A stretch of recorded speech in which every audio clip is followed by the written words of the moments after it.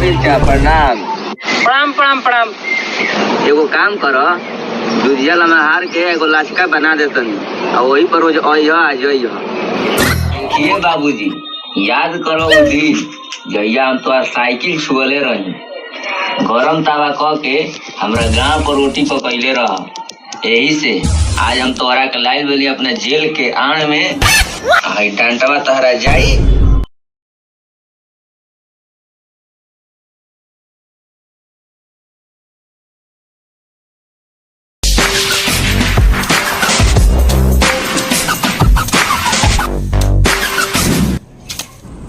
ए बाबू तुमसे क्लियर मांग लिए तो सुरारी जाएगा भाई। ये जन्म में तो भुलाइए जा कि हमरा बाप के साइकिल पर चढ़ब। जौन आदमी के हगल या ना होखे, हगहू जलन तो दूसरा के खेत में ना हगल, अपना खेत में हगलन कि खेत के उर्वरक बढ़ी आ धान आ गेहूं बढ़िया होखे। जा मांग लिया, चल रे।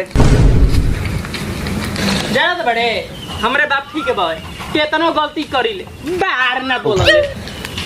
हमार माई तो कहले ना तू मौगा कौदा रहे, कहले कि तोर बाप मौगा हो। अरे साला तोरे मौगा बाप ठीक बा, साला हमार मरद बाप तो मारे लागला ना, पीठ पर के चोइटा छोड़ा दे वाला।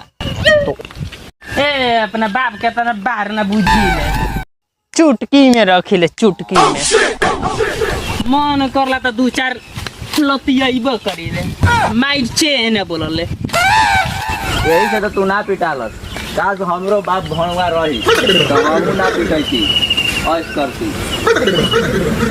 ए चले के घास गड़े के, भूखे पियासे आइल बाइन जा। चल लगाओ काम।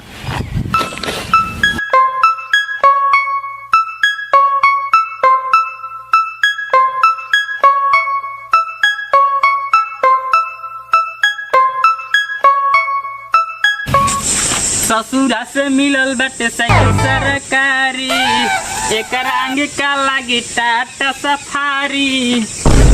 जो नाई मांगे दे हम दू चार गो गाड़ी। ओ महावीर चा, तनी साइकिलिया देब, आवत तनी 2 गिलास मार के। ए हमर जूजी लेब, आइल बड़ो साइकिल मांगे, मारा फरनाठी ले तो तोर कपार फट जाई। हो सार जाना साइकिल लिहन, रास्ता दे देनी, ये तना काफी नहीं खे।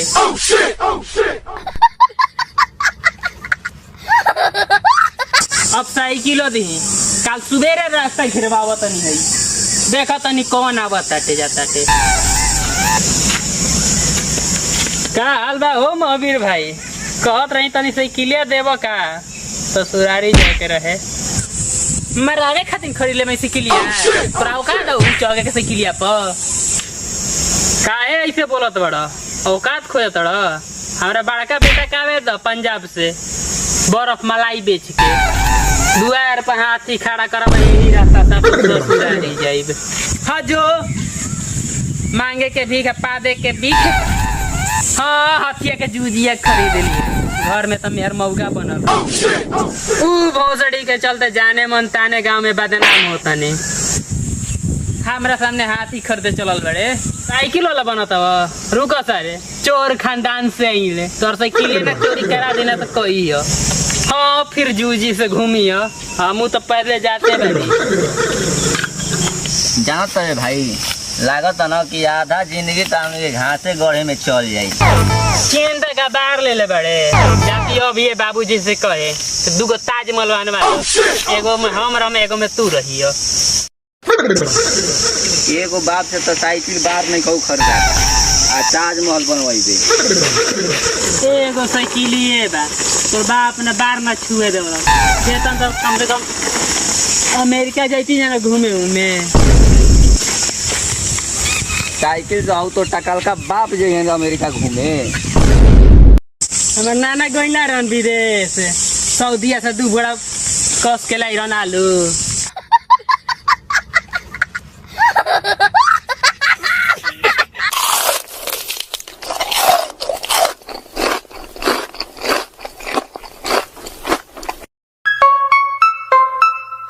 Run.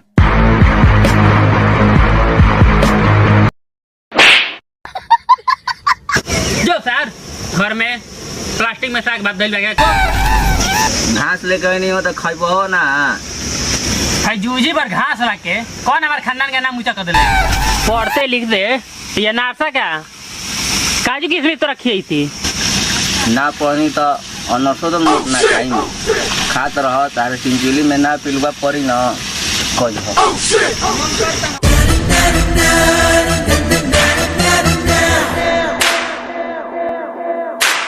बाबूजी हम आपसे पूरा होशो हवास में हम शपथ लिए हैं कि हम पढ़ेंगे। सच हो? हाँ, हमको पढ़ने जाने के लिए साइकिल चाहिए। साइकिल का बा तोरा का हेलीकॉप्टर किन दे तू पढ़ तो सही। तो चाबी दीजिए। धरो तो पैसा दीजिए कॉपी कलम किताब खरीदे खातिर।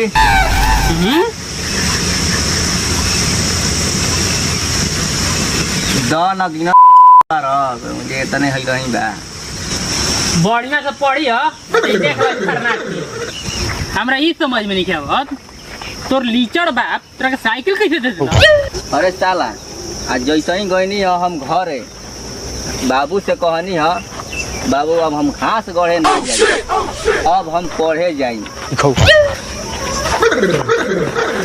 जैसे ही सुनला हवन ना तो तोरा पढ़े जाए बा? अगर हम कह दी यहाँ कि पढ़े ना जाए तो हमारे पापा सुनी कि ना? ना ना ना सुनी। हमार जूझी जात बानी पढ़े सब परिवार पढ़िए ली तो भैंसिया कौन चराई आ खेता में काम कौन करी? रुक रुक रुक बाबू रुक तू महावीर के लेके आवा ना बाबू का चल बा अभी कंजूसे बांध के सुधार ना ना सुधार भइल बा का बासमती हमर बार भइल बा। छोड़ी सब बात थोड़ा साइकिल दे ना नाग मड़वी से आवा तनी थोड़ा काम बा हमारा। काट मत दे कैसे कैसे तक गदा के गाड़ में से हम अगल निकल ले बानी। अरे बैक मर दे ऐसे गोई ऐसे आई नहीं तुरंत तो 2 मिनट लगता हो। 2 मिनट तू रोड के सामने ना मन में खाली 1 से लेकर 10 तक गिन तोरा आँख खोले से पहले साइकिल तोरा आगे खड़ा रह। तो ले जा देखिए कहीं माटी उटी में मत लगे ना तो बापुआ हमारी जिंदगी में पाँख लगा दी। बासमती चाचा सरवा 10 कलह 10,000 जीने के कलह चलो मुंह में के थूक सुखा गई अभी तक वो ना आई। थूक का तोरा गाड़ में के गुण सुखा जी सब उनाई तू जानते नहीं खस कितना बड़का दोगला बा। जब ओकरा पैसा घटला ना तू कोनो का सामान मांग के आ तुरंत बेच के तुरंत बाहर भाग जाला। एक बारी के बात हो हमारे बड़का बाबा का मोटरसाइकिल मांग के गई रहे ससुरारी ससुरी ओनिए बेच के आ भाग गई बाहर 6 महीने के बाद आई रहे। तब हमारा साइकिलवा तब तक दक्षिण गई चाहे उतर जा घरे ना तो बाबा मार के था दिए चूप हम चलनी घरे।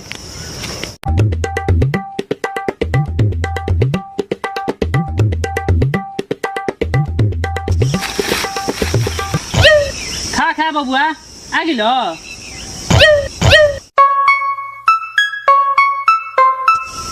साइकिलिया कहाँ बा?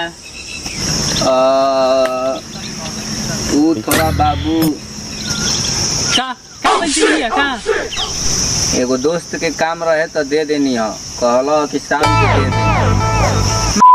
अब साइकिल बाप ना बाप के दे दिले तो घर है रे भाग सर भाग। जब तक साइकिल ना आई तो घर में का गांव में पूरा नजर मत जल्दी भाग। दोस्त खाली तो आदमी जान दे देवलन हम तो खाली साइकिले देला। जो वही दोस्त ले मरा लिए लेकिन साइकिल लेके आओ। दोस्त के बहाना बनैनी हो तो इतना मार मारत बन कह देती कि साइकिल चोरी हो गई तो जाने से मार देता तो ऐसा कंजूस बाप रही तो लड़का ऐसा ही मर गई होता।